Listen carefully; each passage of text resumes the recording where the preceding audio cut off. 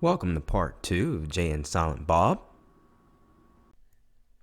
After Dogma comes the big one, Jay and Silent Bob Strike Back. Released in 2001, Jay and Silent Bob Strike Back is about our two guys going to Hollywood to stop a movie that is being made about two characters based on themselves. Jay and Silent Bob Strike Back. We get into the intro of Jay and Silent Bob as kids. They are both in strollers placed outside the Quick Stop store by their moms.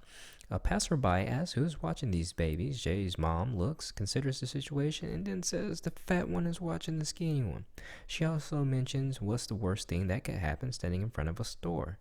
We get a flash forward in time as Jay and Silent Bob are still in front of the store, but now as adults. Jay and Silent Bob have two teenage customers approach them.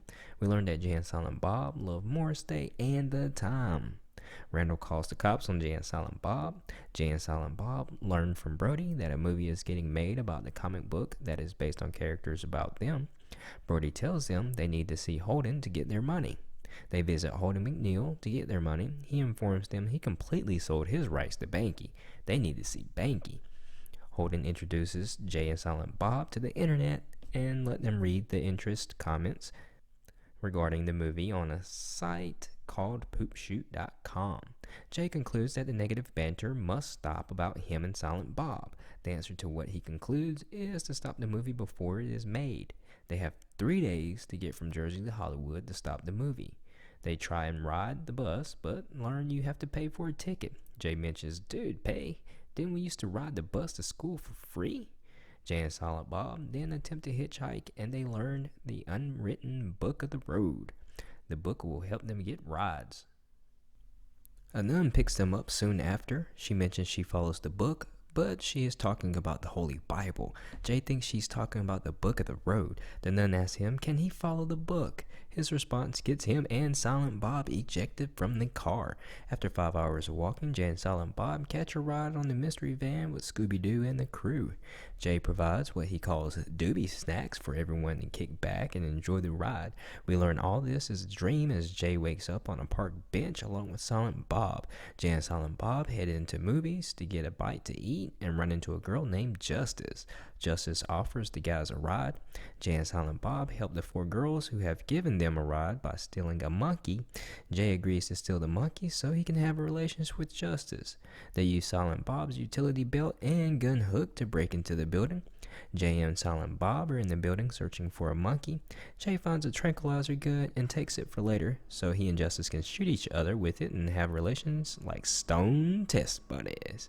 They find the monkey and decided to free all the other animals as well. They run out of the building only to be stopped by the police. The van they came in explodes. Jay thinks Justice is dead. The van explosion gives Jay and Silent Bob the time to make their escape. We get the Ricky scene from Boys in the Hood as Jay drops to his knees and with his arms open to heaven, yelling, Justice! Cutscene, Jay and Silent Bob are contemplating what to do with the monkey. Jay blames the monkey for Justice's death. Silent Bob takes a liking to the monkey. They learn that the monkey is smart. Jay thinks this monkey is the one that could be responsible for apes taking over the planet. We get shots mimicking the Planet of the Apes throwbacks. Jay comes to grips with the monkey and realizes priorities with getting to Hollywood and stopping the movie. Law officials are put on alert for Jay and Silent Bob as they have been considered terrorists. Jay and Silent Bob visit a diner to eat. The Utah State Police track Jay and Silent Bob to the diner. The federal wildlife marshal allows the guys to escape with the monkey as he falls for their ruse. Yes, Jay and Silent Bob give the federal wildlife marshal a bit of clever misdirection. The police try and tell the marshal he is being fooled. After Jay and Silent Bob get away from the marshal realizes he has been bamboozled, and he and the police chase after Jay and Silent Bob, firing shots at the guys. The guys make a run for it. They dive into the sewer tunnels. Silent Bob gets stuck and almost winds up with buckshot in his rear, but is pulled through in the nick of time. The marshal chases after. The tunnels lead to a dam, and it appears to be the end of the road as the marshal corners them.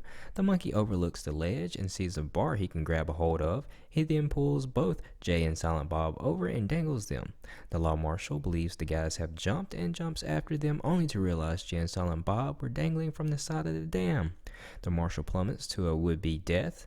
As the monkey waits for Jay and Silent Bob to climb up the dam, he is picked up by a passerby. Jay and Silent Bob run after the car but is left behind. Silent Bob finally speaks, letting Jay know that the car said Critters of Hollywood. They catch a ride to Hollywood by Jay using the book of the road. This time he has the right target. Now in Hollywood, they begin their search for Miramax Studios. They get help from two fellow dealers. Jay and Silent Bob get screen time on the news as the news station is broadcasting live outside of Miramax Studios. However, the reporter mentions that nobody knows what Jay and Silent Bob look like, so it could be possible that they are already there. They get caught by security sneaking onto the lot. Jay and Silent Bob make a deal to be let go. During the performance of the deal, Jay knocks out the guard. The guys enter the set for the Good Will Hunting sequel and are attempting to knock out Ben Affleck and Matt Damon, the two guys they believe were playing them in the Jay and Silent Bob movie. Security storms the set, and our two heroes escape and find themselves on the set of the Scream movie. They find the monkey and retake him as they are getting chased by security. They grab a bike and escape by use of some E.T. phone home magic with the flying bike. They crash through the window of the dressing room for Jason Biggs and James Vanderbeek. They learn that these guys are the guys who will be playing them.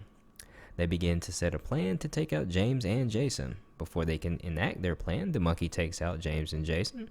The guards knock on the door to enter. Jay misdirects them. They place the monkey in the air duct and give him the tranquilizer gun. Jay and Silent Bob dress up as Blunt Man and Chronic. Jay and Silent Bob on set as Blunt Man and Chronic. Lightsaber battle with Cockknocker, played by Mark Hamill. Mark Hamill, for those who may not know, is Luke Skywalker from those Star Wars movies. Come on, guys, it's Star Wars. But if you don't know, I still love you. The federal wildlife marshal shows up and gets Jay and Silent Bob at gunpoint.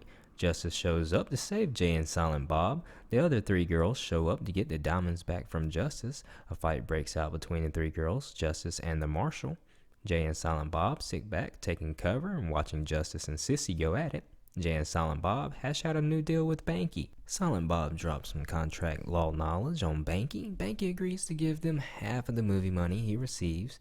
Movie ends with Jay and Silent Bob off scot-free with the monkey. Jay and Silent Bob decide to pay all the people who had negative comments online about them a visit and beat them up. The idea is inspired by Banky. After watching the premiere of Blunt Man and Chronic, Jay and Silent Bob invite everyone across the street to see a performance from Morris Day and the Time. That is the end of Jay and Silent Bob Strike Back. I remember being 13 at the time, just loving this flick. I knew deep within everyone needed to see this film. I attempted to get my childhood friends to watch it. My mom was like, no. I don't remember how we pulled it off, but I was able to get them to watch it. I'm sure it took a lot of hallway monitoring to make sure my mom wouldn't pop in on us.